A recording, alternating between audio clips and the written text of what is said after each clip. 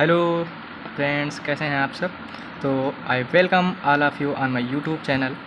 Today in this video we are going to discuss about real number class 10th। In this video we will discuss in very explain method what is real number. चलिए देखते हैं हम real number होता क्या है। देखिए, आपने सुना होगा नेचुरल नंबर। क्या सुना होगा? नेचुरल नंबर, है ना। मैं नेचुरल नंबर को एनो लिख रहा हूँ। नेचुरल नंबर, होल नंबर, है ना, इंटीजर्स एंड रेशनल। देन आपका आता है रियल नंबर। तो रियल नंबर है, आप क्लास 10th के लेवल पे आप कह सकते हैं real number is the greatest set of all numbers. We can say that the all number are contained in the set of real number. ये रियल नंबर का सेट होता है बेटा। तो इसमें जितने भी आपके इंटीजर्स होंगे प्लस माइनस के, है ना, और आपके रेशनल नंबर होंगे, है ना, और आपके होल नंबर जो होंगे, नेचुरल नंबर जो होंगे, के सारे नंबर आपके रियल नंबर के सेट में कंटेन कर जाएंगे। मतलब सारे के सारे इसमें बिलोंग करेंगे। रियल नंबर में कुछ आपके रेशनल भी होते हैं, इरेशनल नंबर भी होते हैं, है ना। तो कुछ आपको हम बता देते हैं। Rational number are that number which are in the form of p by q where q not equal to 0, where p and q are coprime, p and q are coprime. अब को prime क्या होते हैं उसके बारे में आपको पहले पता होना चाहिए। तो यहाँ पे एक कंडीशन ये भी होती है q नॉट इक्वल टू 0। को प्राइम क्या होते हैं? The order pair in order pair two numbers which have HCF is 1 that called को प्राइम। मतलब को प्राइम नंबर वे नंबर होते हैं जिनके बीच का HCF 1 होता है। जैसे 2 and 5, है ना, 4 and 9 एंड 9 and 10, है ना, 11 and 12, है ना। तो ये क्या नंबर हुए? ये को प्राइम नंबर हुए। This is the definition of को प्राइम। तो चलिए आगे बढ़ते हैं। तो हमको इस चैप्टर में जो पढ़ना है हम उस पर चलते हैं और वीडियो को ज़्यादा लंबा नहीं खींचते हैं। तो इरेशनल नंबर क्या होते हैं, चलो आपको बताते हैं। इरेशनल नंबर वे नंबर होते हैं जिनको हम p by q के फॉर्म में ना डिनोट कर सकें। जैसे 0.123, 1233, 123 एंड सो ऑन, है ना। 0.001, 0.00001, 0.000 एंड सो ऑन, है ना। या मैं लिख दूँ 1.3, 134, 12345, है ना। इस तरह के जो नंबर होते हैं ये इरेशनल नंबर होते हैं। पाई भी आपका इरेशनल है। अभी कुछ लोग बताएंगे कि पाई की वैल्यू 3.4114 होती है, तो ये तो इरेशनल नहीं हुआ। तो बेटा आपको समझदारी के लिए बता दें 3.14 आपके अप्रॉक्सीमेशन में होता है, क्योंकि पाई को हम 22/7 लिखते हैं, तो ये एक्यूरेट वैल्यू नहीं होती है। बस इसको कैलकुलेशन के लिए 3.14 रखा जाता है। तो ये कुछ आपके हो गए इरेशनल नंबर। रेशनल आप लोग बचपन से पढ़ते आए हैं, इंटीजर्स के बारे में जानते ही हैं। इन सब के ऊपर मैंने एक वीडियो बना रखा है, तो आप मेरे वीडियो में जाकर देख सकते हैं कि whole number, natural number, rational number ये सब होते क्या हैं। इनके बारे में मैंने अच्छे से उसमें डिस्क्राइब किया है। तो चलिए चलते हैं आपके क्लास 10 के पहले टॉपिक पे। पहला टॉपिक आपका आता है डिविजिबिलिटी। डिविजिबिलिटी होता क्या है, मतलब डिविजिबिलिटी होता क्या है, चलिए हम आपको बताते हैं। जैसे मैं कोई ए नंबर बोल दूँ, A and B are two numbers, A and B are two numbers, मैं बोल दूँ ए डिवाइड्स बी, मतलब ए डिवाइड करता है बी को, तो हम ये लिख सकते हैं बी इज इक्वल टू ए सी। अब आपको ऐसे नहीं समझ में आया होगा, चलिए मैं बताता हूँ। जैसे 5 10 को डिवाइड करता है। 5 ये डिवाइड का सिंबल होता है, ये मत समझना 5/10 नहीं लिखा है, ये मतलब है 5 डिवाइड करता है 10 को। इसको हम ऐसे लिख सकते हैं 10 इज इक्वल टू 5 इंटू 2, है ना। यहाँ पे सी जो है आपका कोई पॉजिटिव या इंटीजर हो सकता है ना, और ये आपका कोई फिक्स्ड अमाउंट होगा। जैसे यहाँ पे फिक्स्ड अमाउंट 5 है और 10 है। 10 क्या है? 10 को 5 डिवाइड करता है ना, तो यहाँ पे कांस्टेंट आपका जो आ गया 2, है ना। तो 10 क्या हुआ? 5 का मल्टीपल हुआ, और 5 और 2 क्या हुए? 10 के फैक्टर हुए। ये सब आप क्लास 6, 7th, 8th में अच्छे से पढ़ के आए हैं। तो मैं बताता हूँ आपको लेमा मेथड। क्या चीज़? Lemma method. लेमा बोल दो या यूक्लिड डिवीजन मेथड बोल दो, है ना। यूक्लिड आप लोगों ने बचपन में बहुत पढ़ा होगा, डिवीजन मेथड या एल्गोरिथम मेथड, है ना। तो चलिए देखते हैं। आप लोगों ने बचपन में एक फार्मूला पढ़ रखा होगा, dividend is equal to divisor into quotient plus remainder, है ना।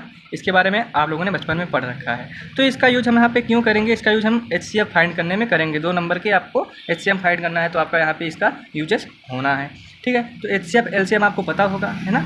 मैं आशा करता हूँ कि आप लोग HCF LCM अच्छे से जानते होंगे। नहीं जानते होंगे तो आप लोग कमेंट में बताना कि आपको इस पर वीडियो चाहिए क्या, ठीक है। तो मैं आपको 2 नंबर कंसिडर करके बताता हूँ। मैं ले लिया मैंने 135 एंड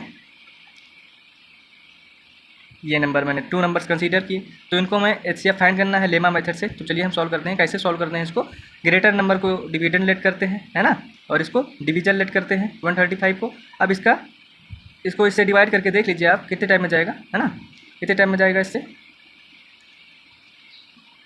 1 टाइम में गया, 1 कितने टाइम में जाएगा, इसको डिवाइड करके आप देख सकते हैं। रफ पे आप देख सकते हैं इसको 135 एंड 1440, 1 टाइम में गया 135, कितना आ गया 90 कैरी आ गया, है ना। मतलब 10 टाइम में जाएगा, 10 टाइम में जाएगा और कैरी 90 आ जाएगा। और जो रिमाइंडर आता है उसको हम इधर प्लस में लिख देते हैं, है ना। अब 90 इंटू 1 कितना हो गया आपका, कितना कैरी आया, मतलब रिमाइंडर आया 45। और 90 को मतलब इसको यहाँ लाते जाते हैं और इसको यहाँ लाते जाते हैं, मतलब नेक्स्ट स्टेप में रिमाइंडर आपका डिवीजर बन जाता है और डिवीजर आपका नेक्स्ट स्टेप में डिविडेंड बन जाता है। हम एक ऐसे कब तक करते रहते हैं ये स्टेप, हम ये स्टेप तब तक करते हैं बेटा जब तक आपका रिमाइंडर 0 ना आ जाए। तो यहाँ पे देखिए रिमाइंडर 0 आ गया, तो लास्ट डिवीजर जो होगा, जिस स्टेप पे आपका रिमाइंडर 0 आता है उस स्टेप पे जो आपका डिवीजर होता है वही आपका HCF होता है। तो इधर मैं अगर ओवरऑल वैल्यू पूछूँ 135 एंड 1440 का जो HCF है कितना है, तो आप बोलेंगे 45। ठीक है, तो ये HCF का कॉन्सेप्ट हो गया। ठीक है, तो ऐसे हम आप 2 से 3 नंबर, 3 नंबर, 4 नंबर में आप ऐसे कंसीडर कर सकते हैं क्वेश्चन, है ना। मोर देन 2 नंबर देते तो आपको क्या करना है, first of all you have to select 2 number, then you have to find the HCF of that 2 number, और जो आपका HCF होगा उसको आप 3rd नंबर कंसीडर करेंगे, है ना। तो आप उसके साथ प्रोसीड करेंगे, है ना। चलिए हम नेक्स्ट क्वेश्चन पे चलते हैं। अब कुछ क्वेश्चन आपको ऐसे बोल दिया, जैसे मैंने बोल दिया, और मैं कुछ टर्म्स आपको बताना चाहता हूँ, अभी आपको क्वेश्चन मिलेंगे। जैसे बिगेस्ट मिल गया आपका, है ना, ग्रेटेस्ट मिल गया, ये टर्म्स हैं कुछ क्वेश्चन में डिनोट इंक्लूड होंगे, तो आपको इससे गेस करके करेगा आपको क्वेश्चन सॉल्व करना है। या मैक्सिमम बोल दे, है ना, मैक्सिमम, और क्या बोल दे, एटमोस्ट बोल दे, मतलब जहाँ पे आपका सेंस ज़्यादा से ज़्यादा का आ जाए, मतलब बड़े से बड़े का आ जाए या बड़े से आ जाए या महत्तम का आ जाए, तो वहाँ पर हम ये वर्ड यूज करते हैं। तो उसके लिए हम क्या फाइंड करते हैं, हम उस क्वेश्चन में HCF फाइंड करते हैं। और इसका अपोजिट कर दो, लोवेस्ट कर दो, क्या कर दो, लोवेस्ट कर दो, लीस्ट कर दो या मिनिमम कर दो। ये वर्ड कहीं पे अगर लिखे हैं, है ना, तो आपको क्या फाइंड करना है उस क्वेश्चन में, LCM फाइंड करना है।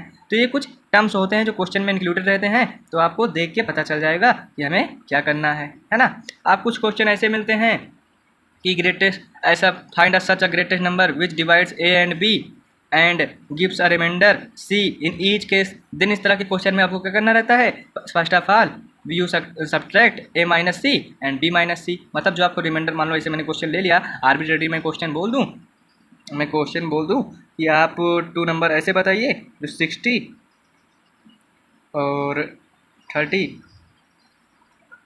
ये क्वेश्चन को इसको 63 कर लो, इसको 33 कर लो। मैं बोल दूँ इन दोनों को डिवाइड करने वाले ऐसे ग्रेटेड नंबर बताइए कि रिमाइंडर ईच केस में आपका रिमाइंडर 3 आए। तो आप कैसे सॉल्व करेंगे इस क्वेश्चन को, फाइंड करना है HCF, आपको HCF फाइंड करना है, मतलब HCF नहीं फाइंड करना है, ऐसा नंबर ग्रेटेस्ट नंबर फाइंड करना है।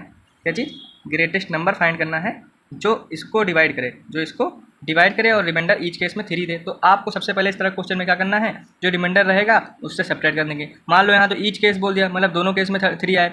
अब किसी को क्वेश्चन में बोला गया इसमें 3 बोल दिया, इसमें 5 बोल दिया, तीसरे को 3rd टर्म में आपका 9 बोल दिया, तो रिस्पेक्टिवली आपको एक और करेस्पॉन्डिंग टर्म्स को सब्ट्रैक्ट करने उसका HCF निकालना है। तो इससे हम क्या करेंगे, इसका 63 है, यहाँ भी 33 है, तो दोनों में हम 3 माइनस कर देंगे क्योंकि ईच केस बोला है। तो 63 माइनस 3 60, है ना, 33 माइनस 3 30।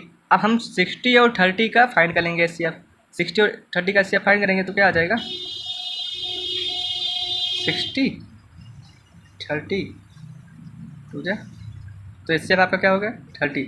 मतलब 30 ही एक ऐसा नंबर है जो मतलब ग्रेटेस्ट है, और इसको डिवाइड करेगा तो रिमाइंडर आपका 3 आएगा। चेक कर सकते हैं आप, है ना। 63 को आप 30 से ज़रा डिवाइड करिए, 30 2 जा 60 प्लस 3 आ गया ना, 3 क्या आ गया, रिमाइंडर आ गया। इस तरह यहाँ पे भी कर सकते हैं, 33 को इससे डिवाइड करिए, 30 1 जा 30, है ना, 3 कैरी, तो आपका कैरी मतलब रिमाइंडर आ गया। तो ये आप समझ सकते हैं। इस तरह क्वेश्चन। इसी तरह आपके क्वेश्चन चेंज कर सकता है, बोल दे फर्स्ट वाले में सब ऐसा ग्रेटेस्ट नंबर फाइंड करिए कि फर्स्ट वाले में रिमाइंडर 5 आए, सेकेंड वाले में रिमाइंडर 7 आए। तो आपको उसको केस में क्या करना होगा, तो जो पहले वाले का होगा फर्स्ट वन से फर्स्ट वन वाला सेपरेट करना होगा, सेकेंड वन से सेकेंड वन वाला आपको सेपरेट करना होगा, देन आपको आगे प्रोसीड करना होगा। आप ऐसे ग्रेटेस्ट नंबर फाइंड कर लेंगे, है ना।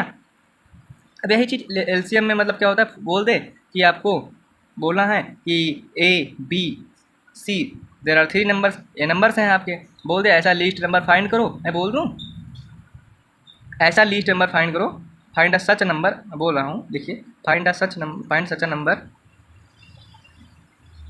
विच डिवाइड बाई 2 3 4 5 6 7, मतलब फाइंड अ लीस्ट है ना, अ लीस्ट नंबर मतलब find such a number least, अगर लीस्ट नंबर फाइंड करना है जो इनसे सबसे डिविजिबल हो, है ना, डिवाइड हो। तो आप क्या करना है इस केस में, और ये भी बोल दूं कि रिमाइंडर भी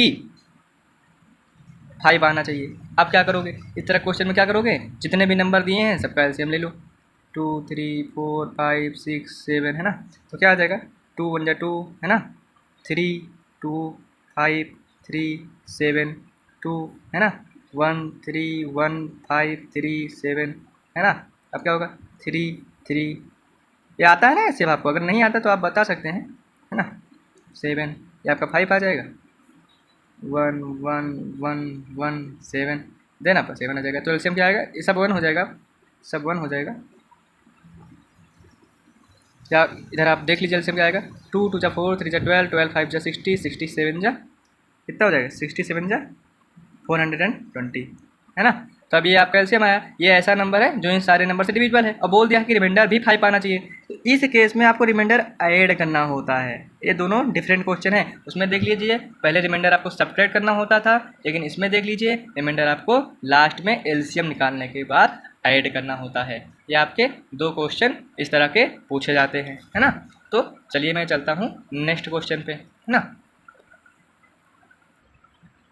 चलिए मैं आपको एक क्वेश्चन सॉल्व कराता हूँ, दिखाइए कि so that the square of any positive integer of the form of 3m और 3m+1 for some integer m। ठीक है, तो चलिए हम इस क्वेश्चन को सॉल्व करते हैं। कैसे सॉल्व करते हैं, आपको क्वेश्चन में बोला गया है किसी भी पॉजिटिव इंटीजर का जो स्क्वायर होता है 3m और 3m+1 के फॉर्म का होता है। तो चलिए हम इस क्वेश्चन को सॉल्व करते हैं। पहले तो हम डिवीजन लेमा आपको मेथड जो है आपको मैं जनरल टर्म्स में बता देता हूँ। तो जनरल टर्म्स में देखें तो होता क्या है, अगर मैं डिवीजन टर्म्स का जनरल बता रहा हूँ, जनरल फार्मूला के फॉर्म में, है ना, डिवीजन लेमा मेथड, वो तो मैंने क्वेश्चन के ऊपर बता दिया। अब मैं आपको ये अलजेब्रिक फॉर्म में बता रहा हूँ। अलजेब्रिक मतलब क्या, ए और बी और मतलब वेरिएबल्स के टर्म्स में। तो आप देख लीजिए, मान लीजिए ए आपका डिविडेंड है, क्या ए आपका डिविडेंड है, बी डिवीजर है, क्यू कोसेंट है और आर रिमाइंडर है ना। तो यहाँ पे क्या है आपका, ये देख सकते हैं, है ना, dividend is equal to divisor into quotient plus remainder, where r is always greater और इक्वल देन 0 और लेस देन पी, है ना। 0 से या तो रिमाइंडर आपका बड़ा होगा या तो इक्वल होगा या तो बी से छोटा होगा, ये कंडीशन होती है ना। तो चलिए मैं दिखाता हूँ क्वेश्चन क्या था। सो दैट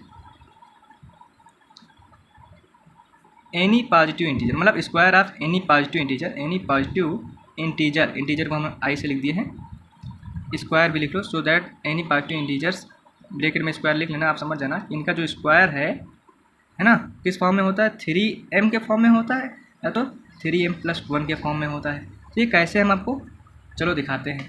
पहले तो आप जान लीजिए किसी भी पॉजिटिव इंटीजर का जनरल फार्मूला क्या होता है, मतलब किसी भी पॉजिटिव इंटीजर को डिनोट करने के लिए जनरल टर्म्स क्या होते हैं। तो पहले आप वो देख लीजिए, मैं बता दे रहा हूँ, आप ये ध्यान रखना, बहुत इंपॉर्टेंट ये चीज़ है, आपको आना चाहिए। किसी भी पॉजिटिव इंटीजर को आप इस टर्म में लिख सकते हैं। अभी मैं दिखाता हूँ आपको कैसे लिख सकते हैं। अगर आपको ये चीज़ दी है ना, ये पॉजिटिव इंटीजर का जनरल टर्म्स कह सकते हैं, जनरल फार्मूला होता है कि पॉजिटिव टर्म्स को फाइंड करने के लिए आप यहाँ पर क्यों की डिफरेंट वैल्यू रखते जाइए, आपको नए नए इंटीजर्स मिलते जाएंगे। क्यों 0 रखेंगे, यहाँ पे 0 मिलेगा, क्यों 0 रखेंगे 1 मिलेगा, यहाँ पे क्यों 0 रखेंगे 2 मिलेगा, फिर यहाँ पे रखेंगे 1 रखेंगे 3 मिलेगा, क्यों 1 रखेंगे 4 मिलेगा, यहाँ पे 1 रखेंगे 5 मिलेगा, यहाँ पे 2 रखेंगे 6 7 8 एंड सो ऑन, है ना, एंड सो ऑन। ऐसे आप करते जाएंगे, आपको इंटीजर सारे के सारे इंटीजर इसी में मिल जाएंगे, है ना। तो चलिए हम चलते हैं क्वेश्चन की ओर। क्वेश्चन हमारा क्या बोला है, सो that any positive integer in the इनका जो स्क्वायर होता है 3m और 3m+1 के फॉर्म में होता है। तो हम चलिए लेट करते हैं। हमारे इंटीजर्स कौन कौन से हैं? 3q है ना, और 3q+1 है, और 3q+2 है। इसको हम सॉल्व कैसे करते हैं? तो सबसे पहले लिखेंगे सॉल्व, है ना। Consider 3q is a positive integer, then the square of positive integer. Now taking square of this, तो क्या हो जाएगा? 9q² हो गया। अब 9q² क्या हम 3 कॉमन ले तो यहाँ पे 3q² बचेगा, है ना। 3q² बचेगा, 3q² बचेगा, 3q² बचेगा। तो हम 3q² को हम क्या करेंगे? 3q² बचेगा तो हम 3q को लेट कर लिया m, और ये हो गया 3, तो ये क्या हो गया? 3m के फॉर्म में हो गया। यहाँ पे आप लिख देना where 3q² is equal to m, है ना। मतलब क्या है? m को हमने 3q² लेट कर लिया। और यहाँ भी लिख लेना where q is any integer, q is any integer, integer है, q आपका इंटीजर है। और पूरे टर्म को हमने m लेट कर लिया। तो पहले कंडीशन मिल गई ना कि आपका स्क्वायर जो था फर्स्ट इंटीजर का 3m+1 के फॉर्म में होता है। तो पहले तो हमने अभी एक ही दिखाया है, अब दूसरा लेट करते हैं। दूसरा इंटीजर का टर्म्स क्या था हमारा? 3q+1, तो इसका स्क्वायर ले लीजिए, मिल जाएगा 9q² + 1 + 6q, है ना। तो आप क्या करेंगे? इसमें से आप 9q² + 6q एक साथ कर लीजिए और +1 को थोड़ा दूर लिख लीजिए। आप इसमें से कॉमन लीजिए 3, यहाँ पे बचेगा 2q², यहाँ पे पहले बचेगा 3q², यहाँ पे बचेगा 2q, है ना। +1 दूर ही रखे रहिए। अब इतनी पूरी क्वांटिटी को आप m लेट कर लीजिए। क्या लेट कर लीजिए? m। तो ओवरऑल क्या आ जाएगा? 3m+1। तो आपका क्या हो गया? दूसरा टर्म भी आपका प्रूफ हो गया। क्या प्रूफ हो गया? कि आपका जो पॉजिटिव इंटीजर होता है 3m+1 के फॉर्म में होता है। अब आपका तीसरा इंटीजर का फॉर्म बचा, चलिए इसको भी दिखा देते हैं आपको। 3q+2, है ना। तीसरा टर्म से ये था, तो हम इसका स्क्वायर कर लेते हैं। क्या आ जाएगा? 9q² + 3 × 6 = 12q + 4, है ना। क्या करेंगे इसमें? हम इसको ऐसे ही रखेंगे, इसको भी ऐसे ही रखेंगे, और 4 को हम लिख लेंगे कुछ 3+1 के फॉर्म में, है ना। कोई दिक्कत तो नहीं? क्यों? 4 को हम यहाँ पे लिख सकते हैं ना, 4 = 3+1, बचपन से पढ़ते आए भाई, 3 और 1 4 होता है ना। कर लिए। अब इन तीनों को एक साथ ले लीजिए और उसको थोड़ा दूर रखे रहिए। तो क्या हो जाएगा? यहाँ पे 3 कॉमन ले लेंगे, आपका 3q² + 4q + 1, और ये +1 दूर से, है ना। अब इतनी पूरी क्वांटिटी को आप m लेट कर लीजिए। तो आपका देख सकते हैं ये भी आपका 3m+1 के फॉर्म में आ गया है। तो आप कह सकते हैं हेंस प्रूफ। क्या देखा आपने? ये इंटीजर्स जो होते हैं general formula 3q, 3q+1, 3q+2 होता है। हमने 3q का दिखाया 3m के फॉर्म में होता है, 3q+1 का दिखाया 3m+1 के फॉर्म में होता है, और 3q+2 का दिखाया 3m+1 के फॉर्म में होते हैं। तो ये क्वेश्चन आपका प्रूव हुआ, है ना। इसी तरह के और भी प्रूविंग है, तो बहुत ईजी क्वेश्चन है। तो मैं ज़्यादा नहीं इसमें एग्जाम्पल ले रहा हूँ। अगर आपको कोई क्वेश्चन फंसता है तो आप, मैं कमेंट में अपना नंबर लिख दूँगा, आप उसको मुझसे पूछ सकते हैं। मैं एक क्वेश्चन कंसीडर करता हूँ, NCERT एग्जाम्पलर का है, NCERT एग्जाम्पलर का है।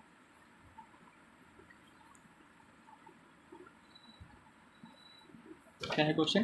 क्वेश्चन है आपका, you have to find the HCF of 441 567 and 693। आपको इनका HCF फाइंड करना है बाय यूक्लिड डिवीजन मेथड। तो मैंने आपको बताया था, आप इसमें आर्बिट्रेरी कोई दो नंबर चूज कर लीजिए। मैंने ये और ये चूज कर लिया, इसमें कोई बाउंडेशन नहीं। मैं ये चूज किया हूँ, आप ये चूज कर सकते हैं, ये चूज कर सकते हैं, है ना। आपके ऊपर डिपेंड करता है आप कैसे कोई नंबर चूज कर रहे हैं।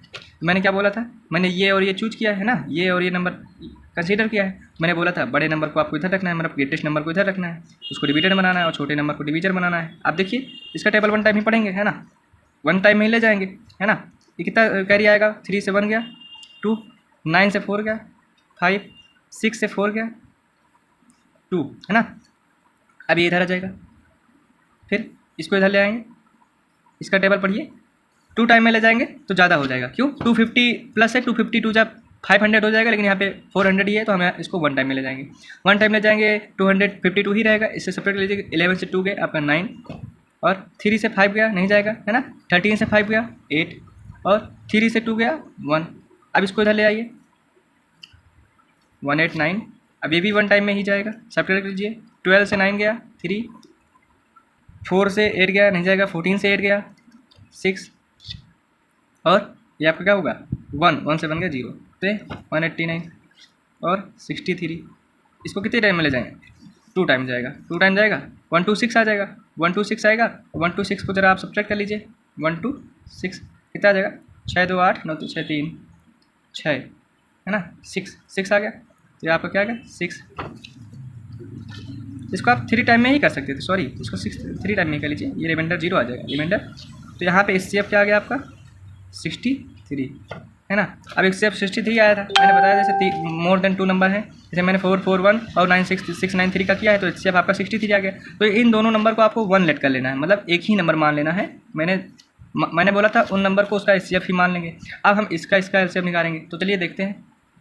5 6 7 63, अब कितने टाइम में ले जाए? 6 54 है ना। इसको 9 टाइम में ले जाइए, 9 टाइम में ले जाएंगे कितना आएगा?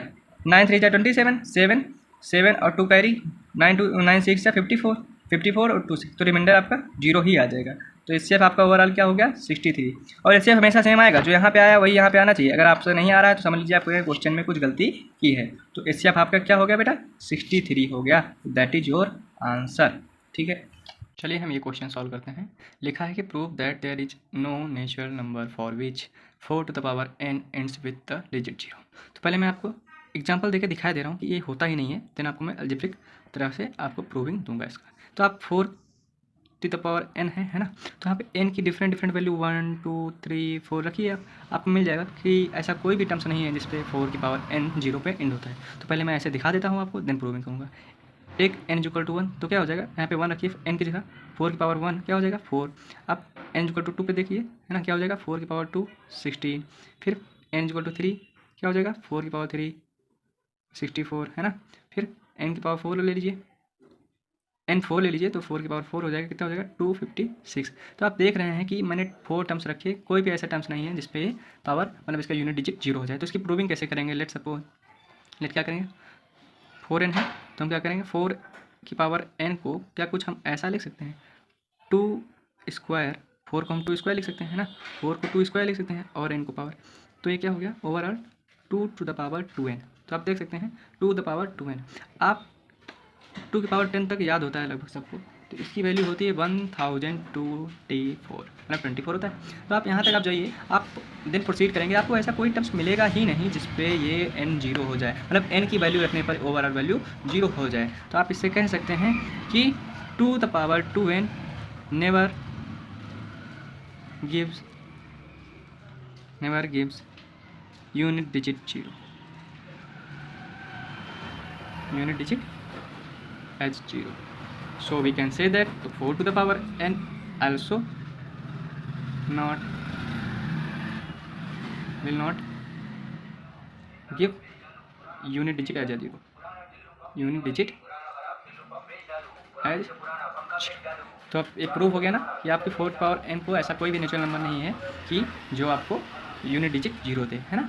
आप 4 इसी तरह आप 6 का भी करेंगे, उसमें भी कुछ नहीं होता है। 5 का भी इसी तरह सेम होगा, क्योंकि 5 की पावर में भी कोई भी रखने पर 5 का तो एक खासियत ही होती है, इसकी स्पेशलिटी यही है कि 5 की पावर n आप करते जाओ, 5 का यूनिट डिजिट हमेशा स्क्वायर के टर्म्स में, आपका स्क्वायर हो या क्यूब हो, हमेशा आपका यूनिट डिजिट 5 होगा। 5 के केस में बात कर रहा हूँ। इसी तरह 5 और 6 आपका यूनिक केसेस है, इसमें पावर कुछ भी कर दो, आपका यूनिट डिजिट हमेशा 5 और 6 रहेगा। आप घर पर आराम से करके देखते रहना, ठीक है। मैं देखता हूँ आपका नेक्स्ट टॉपिक क्या है। एक फंडामेंटल थ्योरम आप में है, फंडामेंटल थ्योरम ऑफ अरिथमेटिक इसमें है ना। तो फंडामेंटल थ्योरम में आपको दिखाना है, इसको बोलते हैं फंडामेंटल थ्योरम ऑफ अरिथमेटिक, है ना। तो इसमें होता क्या है, जैसे p आपका कोई नंबर है, p आपका कोई कंपोजिट नंबर है, तो आप इसको इसके फैक्टर्स में लिख सकते हैं, फैक्टर्स के प्रोडक्ट के फॉर्म में लिख सकते हैं। जैसे p है, तो आप इसको p1 डॉट p2 डॉट का मतलब प्रोडक्ट ही होता है, p3 and dot dot pn तक लिख सकते हैं। आप इस नंबर को p1 dot p2 dot p3 dot dot dot pn तक लिख सकते हैं, where n is always less than p। मतलब क्या है, ऐसे आप कुछ बड़ा नंबर लेकर दिखाता हूँ, जैसे 1200 है ना, तो 1200 को आप क्या लिखते हैं 2 इंटू 2 इंटू 2 इंटू 2 इंटू 2 है ना।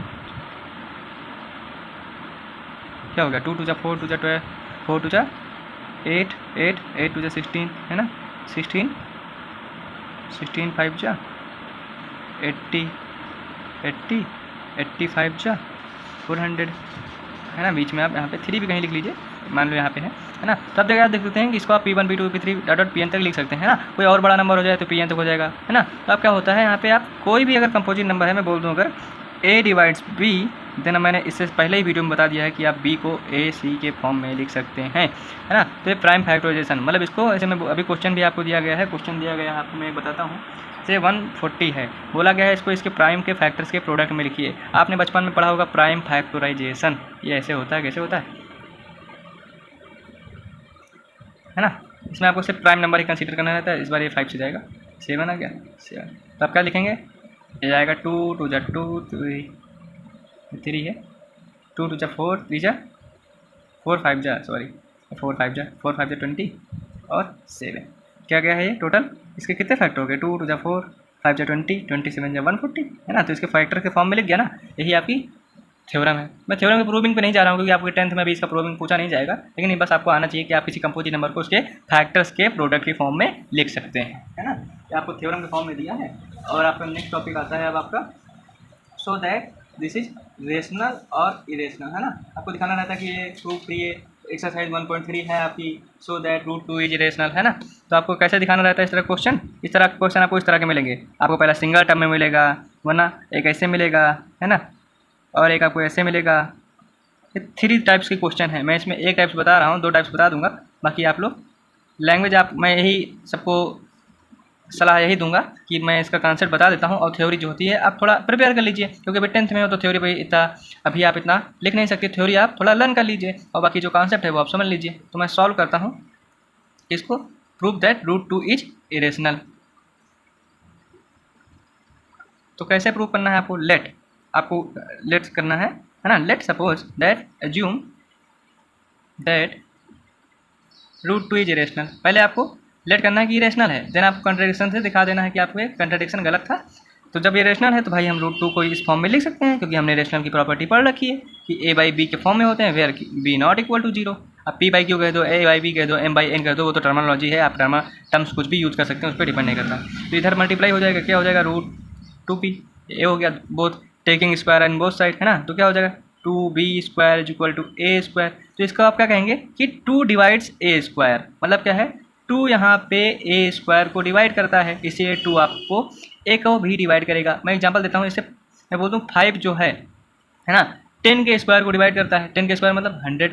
तो क्या 5 10 को नहीं डिवाइड करेगा, एब्सोल्युटली करेगा भाई। इसीलिए जब 2A² को डिवाइड करता है तो 2A को भी डिवाइड करेगा, है ना।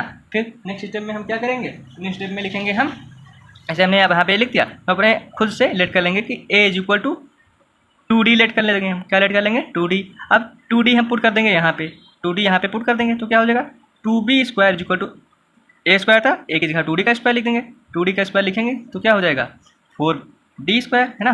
तो क्या हो गया आपका 2B² is equal to 4D²। अब इसको करके देखो तो क्या होगा B² is equal to 2D²। अब यहाँ पे क्या लिखेंगे, जब 2D² B² को डिवाइड करता है, मतलब इसको आप समझें तो 2B² को डिवाइड करता है तो क्या 2B को डिवाइड नहीं करेगा, करेगा। तो आपका 2B को भी डिवाइड कर रहा है और 2A को भी डिवाइड कर रहा है, तो आप इसका मतलब क्या हुआ 2 दोनों का कॉमन फैक्टर हो गया, कॉमन फैक्टर मतलब HCF हो गया। तो आपका यहाँ पे जो A और B बचा ये तो आपको को प्राइम नहीं हुआ, मतलब को प्राइम को मैंने डेफिनेशन बताई थी, को prime that number which have HCF is 1 that called को प्राइम। तो लेकिन को प्राइम की डेफिनेशन को ये फॉलो नहीं कर रहा है ना, तो ये आपका को प्राइम नहीं रह गए, रिलेटिव प्राइम नहीं रह गए, है ना। तो आप क्या कहेंगे कि ये आपका जो कंट्राडिक्शन हुआ कि A/B, है ना, A/B आपको को प्राइम ही होना चाहिए रेशनल होने के लिए, है ना, को प्राइम होना चाहिए और क्यों B नॉट इक्वल टू 0 होना चाहिए। तो आप यहाँ पे देख पा रहे हैं कि B जो है 2 जो है B को भी डिवाइड कर रहा है, A को भी कर रहा है, इसलिए आपका कंट्राडिक्शन ये हुआ बेटा यहाँ पे कि 2 इसका कॉमन फैक्टर हुआ है, इसलिए हमारा ये कंट्राडिक्शन हुआ है। लिखेंगे आवर एजम्पशन इज रॉन्ग, मतलब लिखेंगे आर एजम्पशन इज रॉन्ग, मतलब हमने जो माना था गलत था, है ना। मैथ है, इसमें पहले मानो फिर खुद ही गलत दिखा दो, है ना। इंटरेस्टिंग सब्जेक्ट है, मैं ऐसे मजाक कर रहा था। तो आप लिखेंगे √2 इज हमारा कंट्राडिक्शन हुआ, लिखेंगे बाई कंट्राडिक्शन √2 इज इरेशनल, ये आपका प्रूफ हो गया, है ना। बाकी थोड़ी और थ्योरी है, आप उसको बुक से प्रिपेयर कर लेना। मैंने आपको जो समझाना चाह रहा था समझा दिया। सबसे पहले आपको लेट करना है कि √2, इसी तरह √2 हो सकता है, √3 हो सकता है, √5 हो सकता है, √7 हो सकता है, √11 हो सकता है, √13 हो सकता है, √15 हो सकता है। मतलब आपके परफेक्ट स्क्वायर को छोड़कर बाकी सारे नंबर इसमें दे सकता है। तो सारे प्रोसेस ऐसी होगी, नंबर चेंज हो जाएगा, बाकी सारा प्रोसेस, बाकी थ्योरी सारी एक ही रहेगी। अब मैं सेकेंड टाइप के क्वेश्चन पे चलता हूँ। सेकेंड टाइप का क्वेश्चन आपका क्या है, √5 √3 वाला है ना, है तो थर्ड पे, लेकिन मैं पहले वो बता दूंगा, देन वो बताऊंगा आपको। ऐसे मैं दिखा रहा हूँ आपको, ऐसे आपका बोल दिया प्रूव दैट 5 √3 इज इरेशनल, है ना, इज इरेशनल। तो क्या करना है आपको, इसमें भी वही करना है, let 5 √3 is rational. Rational let कर लिया तो क्या करना, 5 √3 को भी भाई उसी तरह आप करना, a/b, है ना। तो आप क्या करिए, अब इसमें आप क्या कर सकते हैं, आप इसको, अब इसमें हम ये कर सकते हैं कि हम √3 को इधर रोक के रखें, है ना, और a/5b को इधर कर दें। तो हम यहाँ देख पा रहे हैं कि हमारा जो RHS है, यहाँ पे a, 5 एंड b जो है आपके इंटीजर्स हैं, है ना, जो कि फिर इंटीजर्स हुए। तो फिर ये आपका रेशनल हो गया, क्या हो गया, रेशनल हो गया। लेकिन आप पिछले क्वेश्चन में प्रूव करके आए कि √2 √3 √7 आर इरेशनल, तो रेशनल कभी इरेशनल के बराबर हो नहीं सकता। तो हमारा कंट्रडिक्शन से ये भी प्रूफ हो गया कि 5 √3 इज आल्सो इरेशनल, है ना। क्यों, अभी आप प्रूव करके आए ना, √3 √2 √7 √11 √13 √15, मतलब आपका परफेक्ट नॉन परफेक्ट स्क्वायर होते हैं, इरेशनल होते हैं। तो ये जब इरेशनल कभी रेशनल के इक्वल हो नहीं सकता, तो आप क्या कहेंगे कि ओवरऑल जो पूरी क्वांटिटी है, होल क्वांटिटी है, इंटर क्वांटिटी है जो है आपकी इरेशनल है। तो आपका ये क्वेश्चन भी प्रूव हो गया। अब मैं सेकंड क्वेश्चन की ओर मूव करता हूँ। सेकंड क्वेश्चन, सेकंड टाइप का क्वेश्चन आप ये था, है ना, आप उसमें दोनों दे सकता है, आपका एक क्वेश्चन कुछ ऐसे भी दे सकता है, बोल दिया इज इरेशनल। कैसे दिखाएंगे इसको, तो सब में हमें वही लेट करना है, लेट दिस इज रेशनल, है ना। पहले तो आपको रेशनल लेट ही करना पड़ेगा, सबको लेट करना पड़ेगा, तो आपको इस फॉर्म में लिखना भी पड़ेगा भैया, a/b फॉर्म में। तो आप √3 को एक तरफ कर लो, 5a - b को एक तरफ कर लो, इधर गया 5b - a/b √3। आप देख सकते हैं कि ये भी आपका रेशनल हुआ है, ये रेशनल नंबर है ना, क्योंकि इसमें सारे इंटीजर्स हैं, और ये आपका √3, तो आप इसमें भी आप ये लिखेंगे कि रेशनल कभी इरेशनल के इक्वल में हो नहीं सकता। तो ओवरऑल क्वांटिटी ये भी आपकी इरेशनल हुई, है ना। इसमें बहुत बढ़िया मजा आता है, बस एक बार आप समझ गए थोड़ा, अब इसको प्रूव करने में कोई दिक्कत नहीं है। बस आप पहले लेट करो, फिर इसको रेशनल दिखा दो, पहले लेट करो, फिर उसको गलत दिखा दो, है ना। तो आपका ये भी प्रूव हो गया।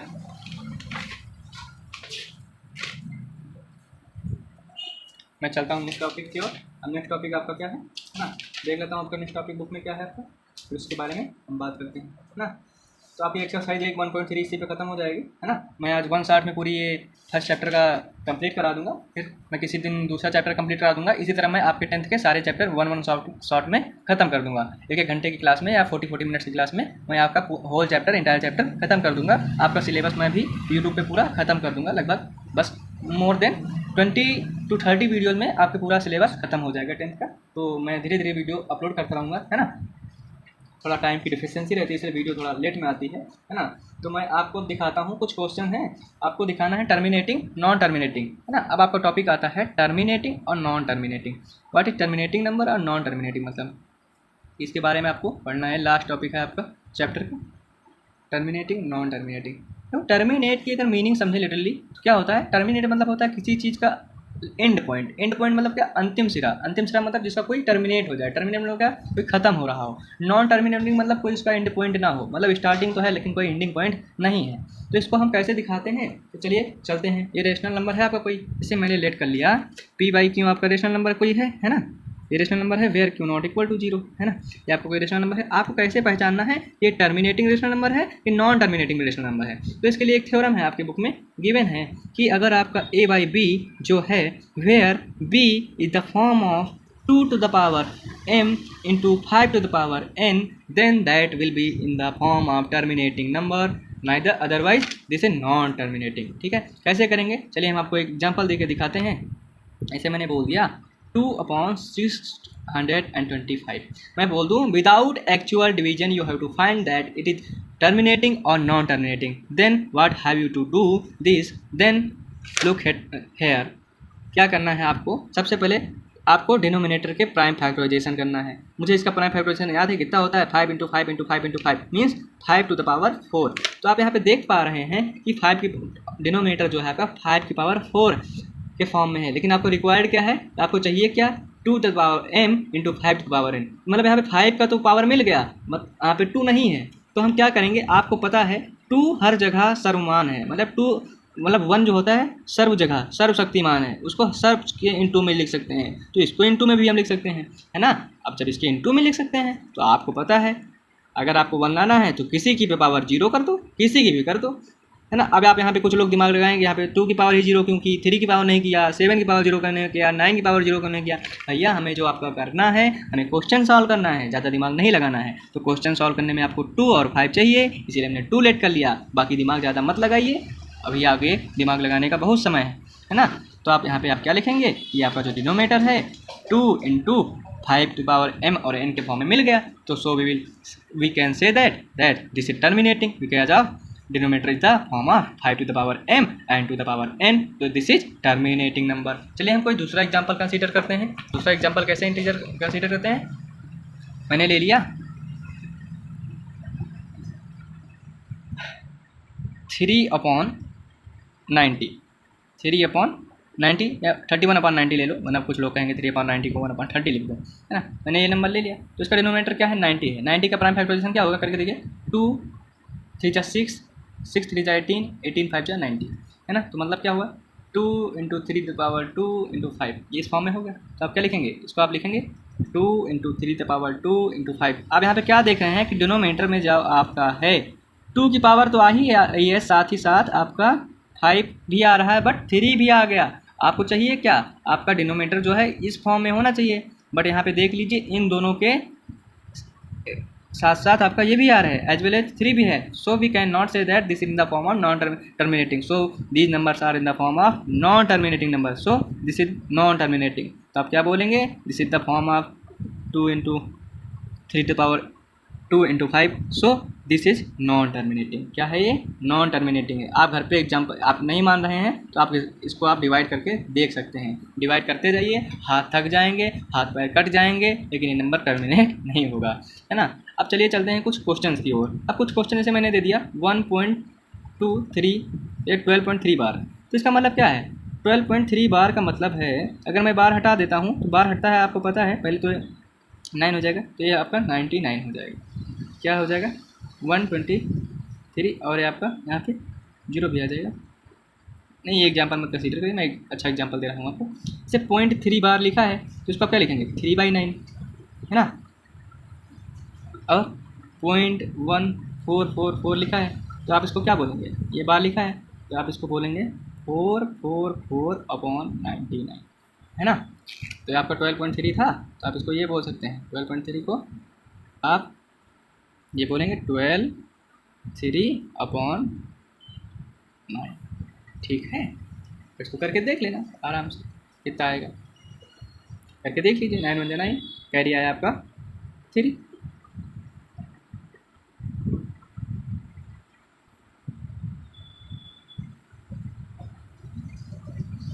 नब्बे कर लीजिए क्योंकि यहाँ पे पॉइंट भी है ना। अब देखिए आपका, तो इसको ज़रा काट लीजिए, मैं कुछ क्वेश्चन आपको और दिखा रहा हूँ। जैसे मैं लिख दूँ 0.12 122 122 एंड सो ऑन। तो पूछूँ ये टर्मिनेटिंग है कि नहीं, आपको एक क्वेश्चन में दिया है इस तरह का क्वेश्चन, तो आप बोलेंगे this is non terminating, non, है ना। ऐसे एक क्वेश्चन और ले लेता हूँ 0.0001 0001 000001 0000001, है ना। इसमें देख रहे हैं कि ये फ्रिक्वेंशिएट हो रहा है, मतलब इसकी कोई एंडिंग पॉइंट नहीं मिल रही है, तो ये भी नॉन टर्मिनेटिंग, क्या है नॉन टर्मिनेटिंग ना। बट मैं एक क्वेश्चन ये ले लूँ 0.1 2 3 4 5 5 4 लिख दिया, कोई दिक्कत नहीं, 6 7 8 9, इसके ऊपर बार लगा दो। तो आपसे पूछूँ ये टर्मिनेटिंग है कि नहीं, तो आप इसको कैसे सॉल्व करते हैं, आप इसको ऐसे सॉल्व करेंगे 1 2 3 5 4 6 7 8 9, जितने डिजिट के ऊपर बार लगा होता है उतने 9 से डिवाइड कर दो, 3 3 6 3 9, मतलब इसके नीचे एक 9, इसके नीचे एक 9, इसके नीचे इसके नीचे इसके नीचे इसके नीचे इसके, तो ये आपका देख पा रहे हो कि P/Q के फॉर्म में हो गया है। तो नॉन टर्मिनेटिंग भी है और ये इरेशनल भी है, ये भी याद रखना, इरेशनल है ना, ये भी इरेशनल है। ये साथ साथ आपका इरेशनल है, बट सॉरी इरेशनल नहीं, ये रेशनल है। क्या है? ये रेशनल है बट नॉन टर्मिनेटिंग। क्या है? Non terminating. जब इस तरह का क्वेश्चन पूछता है तो पूछता है इरेशनल है या नहीं है। इस तरह के क्वेश्चन में पूछता है इरेशनल है, रेशनल है, इरेशनल है, तो आपको बताना है। ये देख लीजिए, ये पहली बात तो नॉन टर्मिनेटिंग है, दूसरी बात इरेशनल है, ये भी नॉन टर्मिनेटिंग, इरेशनल। ये आपका नॉन टर्मिनेटिंग है बट लेकिन ये आपका रेशनल है। ये इरेशनल है लेकिन ये आपका इरेशनल है।